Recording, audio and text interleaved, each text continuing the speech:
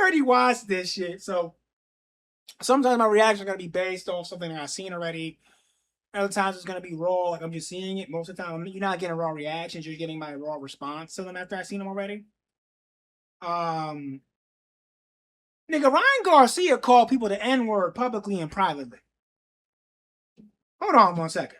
Again! Look at this. Look at this. Like for real, Raz. It's not for real though. I got you, baby. That reflex is very... Now, let me tell you something. In the video, Ryan is literally like making it obvious. He's making it obvious that you don't play with him. You don't get up in his face. You can't even create a fallacy for how high-end quality Dean the Great and Adrien Broner's content is. So this, before we go into Ryan Garcia talking to people and calling them the N-word, let's first of all, round of applause for Broner. No longer fucking with these hoes. These little stupid ass music videos, they're alright. I ain't mad at them. They're funny. That's what I care about. They're the funniest shit. Who's DDG? As the only one I'm gonna watch, but that shit had me laughing. I don't know if he was in the studio. He just was in the stream, nigga. That shit was funny. He's one of the only funny young niggas that I will back and forth watch once the Blue Moon, because even though he's a high-end content creator, he started in the prank space. People don't know about that. He's been doing it since if not onward, from 2016. He was a young bull just randomly doing shit. Now he making music, fucking with these young women. I ain't gonna say the word. I was gonna say hoes, but I don't want to call young women that. I'm sorry. If you're over 30, I'll call you that. If you is.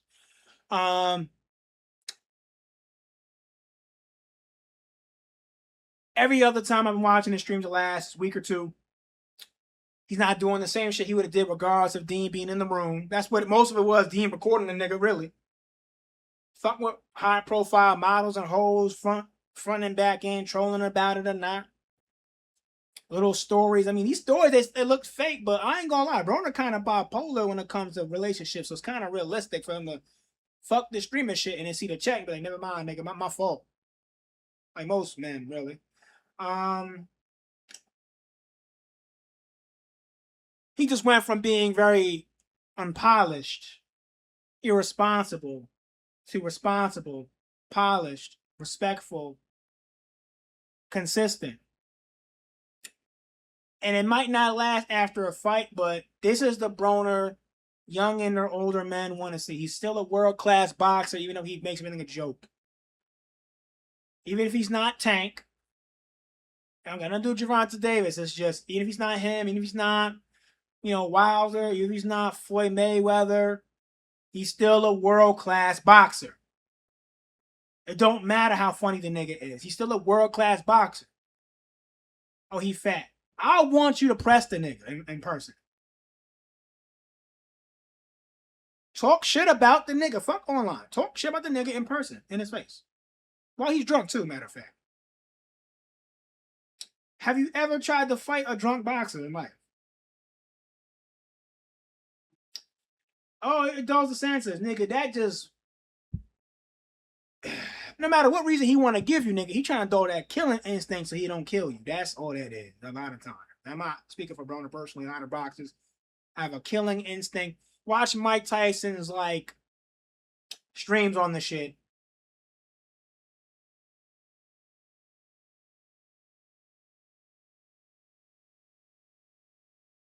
Mike Tyson said it himself. He has a killer instinct. And when he smokes, it's the only time he don't want to hurt somebody. When Mike Tyson told in the hot boxing with Mike Tyson, another fighter, MMA fighter, the same thing. He was like, to me, you're another tiger in the ring with me. We're sitting here talking, and I can't smoke no more. I don't. There's podcasts where Mike got out the room because he don't look at another man like another man. Look at another man's a nigga he will fight in the ring, and he had to tell these niggas to leave the space with him. Like a nigga coming out the cell, like, nah, you can't be in here with me. 20 minutes in, you can't, I'm out. It don't got nothing to do with the nigga said. He don't like the nigga energy. He just want to fight him. In the ring right now, he said it himself. Pure animal instinct as a man. He was just born with it. And then sometimes, if you don't smoke weed, it don't matter who you is. He want to hurt you. It's the scariest shit Mike Tyson has said in general. He in his 50s, and I don't give a fuck what happened in that fight, nigga. If you sitting in the room chilling, Mike smoking weed, he go, Dad, I just want to hurt you. It's not just because of what you said, it's because of how you coming off. I'm not comfortable no more. I'm getting the fuck up. Like, okay. Seriously. Like, there are men like that. It doesn't have to be mixed martial arts, boxing. You don't have to be in the streets. There are men like that. Something you said is not only doesn't make me feel comfortable, I want to hurt you. You need to get up, nigga. I'm now sizing you up, and I'm trying to decide whether I should hurt you or you should leave my space before I go to jail for hurting you. That's what it is to meet a man, but a man that's always in competition to better himself, whether it be in, unfortunately, violence like these men in sports combat, or simply in education and finance, physical assets, and or growth in life. That's what it means to be a man. But some men are men in combats. And that is what Ryan Garcia and Broner should be here. And I appreciate Broner for doing what he's been doing, even if it doesn't seem like it's for the youth. They will and are going to learn something that actually care about boxing in some form. It is the most important type of high-profile streams to watch if you're interested in boxing or real streamers doing something of value instead of making jokes, playing games, or doing something silly. And it's not a knock on Streamer University. It's just a knock on the forms of content creation, which I will discuss at the end of today's stream or not, almost before it's over. So, the biggest thing here is this. Ryan Garcia is a boxer that flat out, I don't care what context he said it and how he did it. He said the N-word. And the only people that should be saying the N-word respectfully are black men or women. In any context, shape, way, or form, you can say it. I can say it. What the fuck are you going to do about it? Because if I say it, there's a real reason why I said it to you and what it is about. You're clearly not a good person, and you're clearly the bottomest, lowest of the low kind of man to the point where you fit the epitome of the racial stereotype of said word. You're sure as fuck not a good human being. And I shouldn't even use it. If I use that word, it is literally because you are that word. It's a painful word. It's an evil word. It's a demonic word. And it's a word no one should be using but us, actually. And if I've used it, what are you going to do about it? If I called you it, what did you do to me? If I called you that, what did you do to me? Why would a black man call you that shit in any shape, way, or form? Not a troll like Tyler the Creator, a black man such as myself. Why would I call you this unless you did something to me, personally? Whether it be family, friends, my life, my money, my assets. What did you do to me personally for me to say that shit? And I dare someone that hasn't had their assets, their living situation, their family, or their personal livelihood, their mental health dwindled and attacked on a regular basis tell you how you should not act, how you should not speak. How dare you tell me? I will say, act, and feel however I want to feel when somebody demonically tries to dwindle, destroy my name, my body, my mind, and my spirits. No man could tell me how I should feel, think, in whatever shape, way, or form, especially as a black man, you leave your house. But it's still a very powerful word. What makes a man like Ryan Garcia say this word? And you don't say nothing about it. But if a white man says something to you about it, you don't say nothing. You don't do shit. If I say something to you about it as a black man, you don't say nothing, but you do other things to hide behind it because you pussy still in the same spectrum. But Ryan Garcia said it. So what's that mean? I made the comparison for a reason. Safe. You feel safe. Because you know these people aren't going to go to arm's length to hurt, to disarm, and to break you to pieces. And I'll tell you straight up, I'm not the one to fuck with in person and or private. Get that shit out your head. It may have been a time ago. That don't exist. That does not exist. You don't play with me. I don't give a fuck who you is. But with Garcia, he is a boxer. A Spanish boxer. He's not black. He's not partially nothing. He's saying that shit like he rolled off the tongue. And he said quite clearly, what the fuck are you going to do about it? And he's Spanish. In the full clip of this video that I won't show you, he said quite clearly to multiple men. Actually, no, let me rephrase that. Ryan Garcia didn't say anything to multiple men. He just came in and boxed. There ain't one person, young or old, that don't know he went on social media and called them the N-word. 99% of that room is black.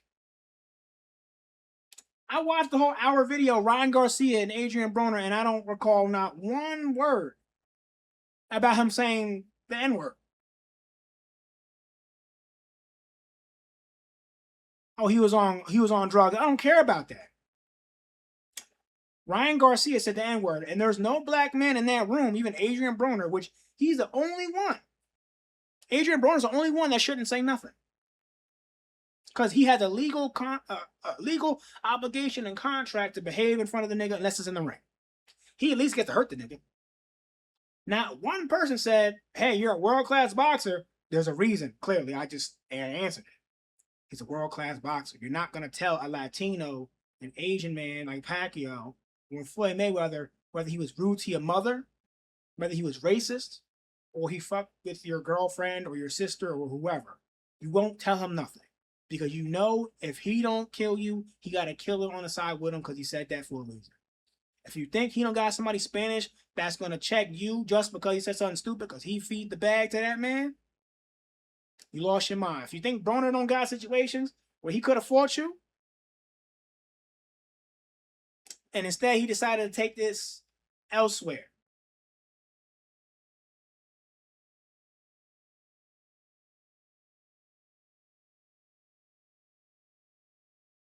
That is the power of boxing. Mike Tyson is so powerful in his privacy, even though he said that, even though Mike Tyson said certain things in a certain era, where he said he had sexual assault charges and all sorts of stuff, and he's accused of, well, you guys know the rest of that. He put his arm around some of the biggest drug dealers in New York State in the 90s. I want you to understand what I'm talking about. Black men know exactly what I'm talking about. It don't matter what you said about Mike. It don't matter what you said about his family or nothing. The minute Mike put his arm around you, you didn't do nothing. Mike Tyson made some of the strongest, most evil black men look bitch-made in public and private. Mike would sit down in a club with niggas. Put his arm around you. And those men would sit and behave and do whatever the fuck Mike told you to do. Some of them had shooters, some had killers. It doesn't matter if Mike had it. It's not about Mike Tyson's status. Not about the power and the money that he had. It's about the fact that as a black man, he was a boxer, he's a fighter, he's one of the strongest fighters, heavyweight, undisputed champions, world champions. And if you was in the wrong position without any other person, he could eat you alive like a tiger.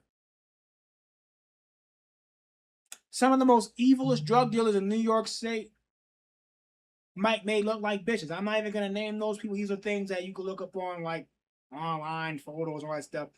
This is things that are fairly common. If you don't know this shit, ask your OG, ask your mama, nigga. We know.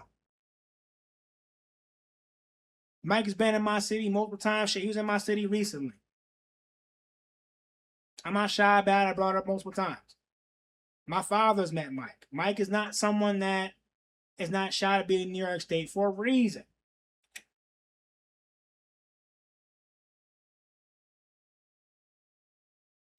Mike Tyson is a monster. Adrien Broner is a monster. Ryan Garcia is a monster. You don't fuck with people that live to defend, hurt, or protect their family for a living. They not built like you. You not built like them. Don't pretend to be. It's just unfortunate and it's funny. It's funny a little bit because we could talk all this shit all day. But when Ryan came out, I don't think he had security. He had a young gun or two with him, but I don't think he had security with him. I don't think Ryan Garcia had really people with him. I don't think he had anybody really with no guns with him like that. I think when he went home, he said that word again to somebody else. Maybe a female that still let him the fuck anyway because he's Ryan Garcia. All I'm saying is this. If Ryan Garcia could say what he wants and you won't do something, doesn't that show you how powerful a word is? The value of a word, the value of strength, and the value of a man that could do anything and any which thing to you, no matter what he says. And it's 2026. He made a bunch of black men stronger, not look weak as shit. That's the only downside that I had to watching these. I love all these, but the minute I seen Ryan, I was like, oh shit. I'm not really finicky, but like Ryan called black people the N-word on multiple tirades on social media, publicly and privately. And it took him how long to apologize? Like a month? It wasn't a public apology, nigga. It was on social media, man. Nobody want to hear no social media apology.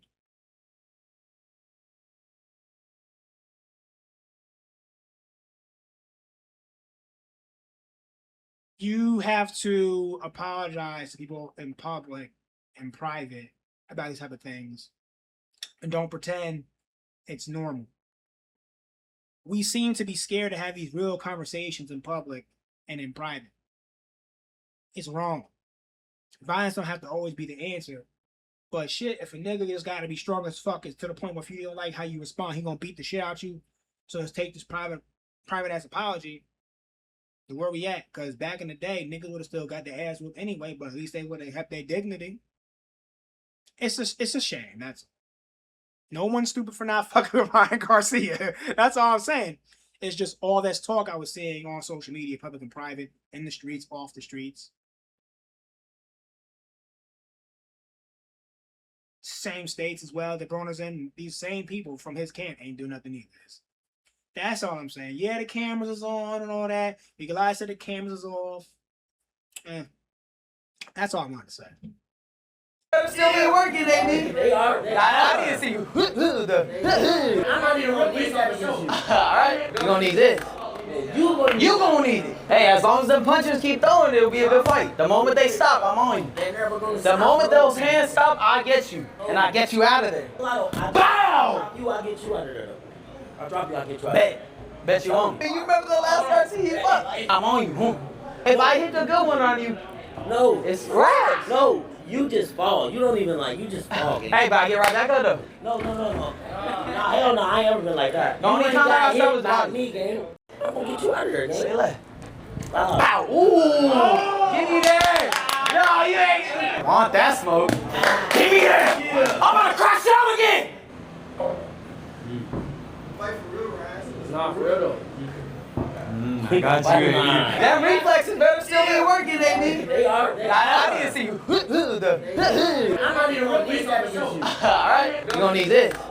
You gonna need it. Hey, as long as the punches keep throwing, it'll be a good fight. The moment they stop, I'm on you. They're never gonna The stop. moment those hands stop, I get you. And I get you out of there. Bow! Bow! I'll get you out of there. I'll drop you, I'll get you out of there. Bet you on me. You remember the last Garcia you fought? I'm on you.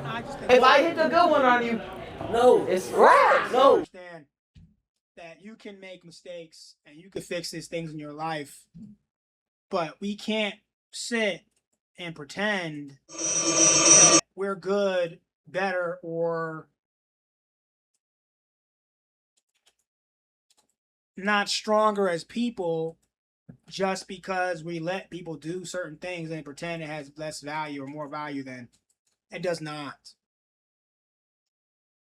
it does not have more value just because you let it happen. It means that you don't have much value. You're not a good person. You're not someone that I need to see regularly. You're not someone that I need in my life. You're not someone that I want to see. And I think we have to just like a catch-22 here. We got to start being honest with each other. That there's some things that you can't come back from, but you can't pretend to respect people you don't respect. You can't lie and build respect off nothing. You can't build truth off a lie. You can die on a lie, but you won't. No one's going to respect you. Maybe not in public, but in private, no one respects you. I would rather be respected in private than in public because of my goodwill, my good faith, my honesty, and my transparency. I'm not fake around nobody. I don't gotta fake nothing.